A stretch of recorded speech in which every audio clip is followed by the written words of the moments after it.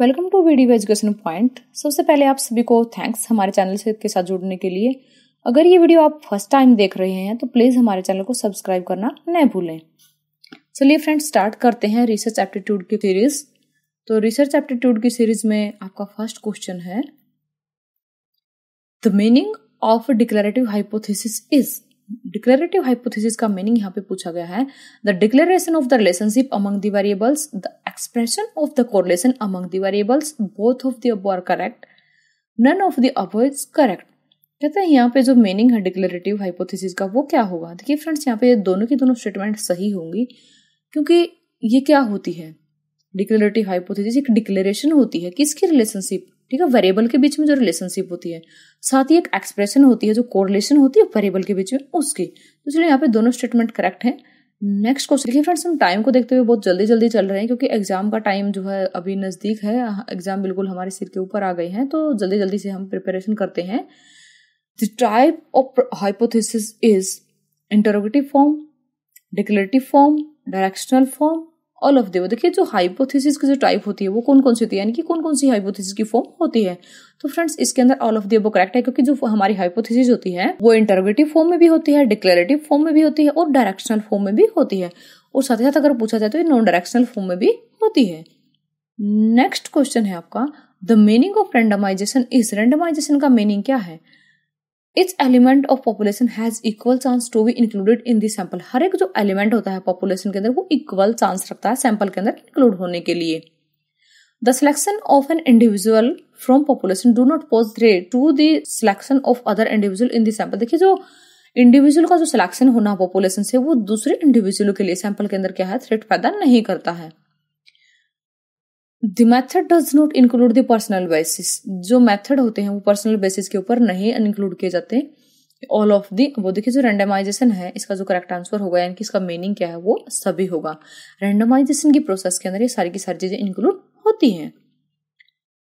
Next question है आपका, the advantage of the sample is. Advantage क्या होता है सैंपल का, टाइम सेविंग होता है, मनी सेविंग होता है, एनर्जी सेविंग होता है, ऑल ऑफ दी अबव। देखिए जो सैंपल होता है हमारा वो पॉपुलेशन से लिया जाता है, ठीक है, और जो सैंपल होता है वो हमारी पॉपुलेशन का क्या होता है, रिप्रेजेंटेटिव होता है।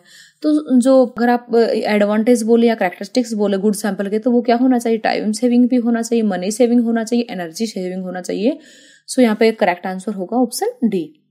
नेक्स्ट क्वेश्चन है आपका, the method of randomization is lottery और कॉइन मेथड, ठीक है, ब्लाइंडेड, फोल्डेड और डाइस मेथड, रिपीटेबल और irregular members, all of the above. देखिए फ्रेंड्स, जो रेंडमाइजेशन है, रेंडमाइजेशन की प्रोसेस क्या होती है ये हमने पहले भी जो रिसर्च एप्टीट्यूड की वीडियो डाली है वहां पे डिफाइन कर रखा है इसको अच्छे से, और हमारे इसके ऊपर एक थ्योरी की वीडियो भी है, आप वहां पे जाकर के रेंडमाइजेशन को अच्छे से रीड कर सकते हैं। तो यहाँ पे जो मेथड होता है रेंडमाइजेशन का वो क्या होगा, ये सारे के सारे जो मेथड यहाँ पे गिवन है, लोटरी मेथड है या फिर क्वाइन मेथड है, ब्लेंडेड फोल्डेड है या फिर वो डाइस मेथड है, टिपेट टेबल है या इरेगुलर मेंबर है, ये सारे के सारे क्या है, रेंडमाइजेशन के मेथड है। नेक्स्ट क्वेश्चन है, in non probability sampling the probability exist of. Non probability sampling के अंदर जो प्रोबेबिलिटी एग्जिस्ट होती है किसकी, इनसफिशिएंट पॉपुलेशन की, लिमिटेशन ऑफ डेटा की, बोथ ऑफ द अबव या नन ऑफ द अबव। देखिए जो नॉन प्रोबेबिलिटी सैम्पलिंग होती है उसके अंदर जो प्रोबेबिलिटी एग्जिस्ट होती है, यहाँ पे सी ऑप्शन करेक्ट रहेगा, both of the above are correct, क्योंकि वहां पे इनसफिशिएंट पॉपुलेशन की भी प्रोबेबिलिटी रहती है, ठीक है, और साथ ही साथ जो लिमिटेशंस होती है डाटा की उसकी भी क्या है, प्रोबेबिलिटी होती है।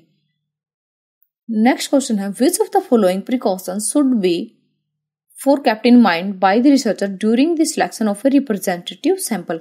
जब कोई भी रिसर्चर एक रिप्रेजेंटेटिव सैंपल लेता है तो उसके लिए कौन सी जो प्रिकॉशंस होती है जो उसको माइंड में रखनी होती है, डीप नॉलेज होनी चाहिए उसको टारगेट पॉपुलेशन की, या फिर उसको एडिक्वेट नॉलेज होनी चाहिए सैम्पलिंग टेक्निक की, या फिर एक्यूरेट इम्प्लीमेंटेशन करे वो सैम्पलिंग के डिजाइन की, ऑल ऑफ द अबव।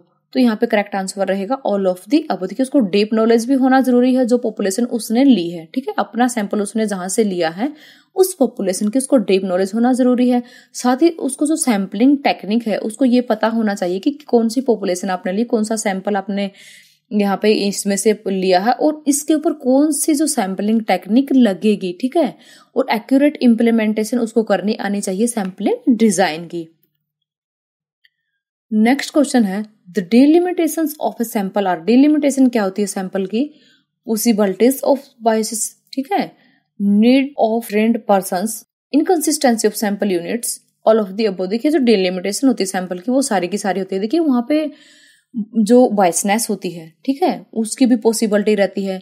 वहां पे ट्रेंड पर्सन्स भी होना चाहिए कि जो रिसर्च के अंदर जो काम करता है, सैंपल जो कलेक्ट करता है वो ट्रेंड पर्सन होना चाहिए। बट यहाँ पे डिलिमिटेशन पूछा गया है तो देखिए यहाँ पे क्या कहता है कि वहां पे हमें क्या होता है, ट्रेंड पर्सन की जरूरत होती है और सैंपल की जो यूनिट्स होती है उनके अंदर इनकंसिस्टेंसी भी आ जाती है। तो ये इसका करेक्ट आंसर है। ठीक है, नेक्स्ट क्वेश्चन है the meaning of probability sampling is. Meaning क्या होता है प्रोबेबिलिटी सैम्पलिंग का? Where lies the uniform probability of inclusion of all the element of population in a sample। देखिए जहाँ पे यूनिफॉर्म प्रोबेबिलिटी रखे, ठीक है, इंक्लूजन की, यानी कि सारे के सारे जो एलिमेंट होते हैं वो ऐड किए जाएं, ठीक है, उनको शामिल किया जाए किसके अंदर, पॉपुलेशन इन ए सैंपल के अंदर, जो पॉपुलेशन से जो सैंपल लेना है। Where the complete representativeness of the population is considered, जहाँ पे complete representativeness होनी चाहिए, यानी कि जो सैंपल है वो पॉपुलेशन का रिप्रेजेंटेटिव होना चाहिए। Where no prejudice are existed with any element of the sample, वहां पे कोई prejudice नहीं होना चाहिए, ठीक है, जब आप कोई भी सैंपल के लिए एलिमेंट लेते हैं। All of the above. तो देखिए जो प्रोबेबिलिटी सैम्पलिंग होती है उसका मीनिंग क्या होता है, यहाँ पे सारी की सारी चीजें करेक्ट रहेंगी। नेक्स्ट क्वेश्चन है when a possible solution to the problem has been written. आप किसी भी प्रॉब्लम का पॉसिबल सॉल्यूशन लिखते हैं, किसी भी डिजायर्ड डायरेक्शन में लिखते हैं, this type of hypothesis is called. इस टाइप की जो हाइपोथेसिस है उसको आप क्या कहेंगे, directional hypothesis, non directional hypothesis, या फिर डिक्लेरेटिव हाइपोथेसिस, या फिर नन ऑफ द अबव। तो यहाँ पे करेक्ट आंसर रहेगा डायरेक्शनल हाइपोथेसिस। देखिए यहाँ पे क्वेश्चन के अंदर ही गिवन है कि आप क्या करते हैं, डिजायर्ड डायरेक्शन, ठीक है, डिजायर्ड डायरेक्शन के अंदर आप किसी भी प्रॉब्लम के क्या है सॉल्यूशन को लिखते हैं तो वो क्या होगा, डायरेक्शनल हाइपोथेसिस के अंदर, यानी कि इसके अंदर हाइपोथेसिस कौन सी होगी, डायरेक्शनल होगी। Thanks for watching friends. अगर आपको वीडियो अच्छी लगी तो वीडियो को लाइक करना, और अगर आप चैनल पे नए तो चैनल को सब्सक्राइब करना न भूलें। फ्रेंड्स अपनी तैयारी करते रहिए और अपने नोट्स बनाते रहिए, तभी आप जो है नेट एग्जाम को क्रैक कर पाओगे और अपने लक्ष्य को जो है आप प्राप्त पाओगे।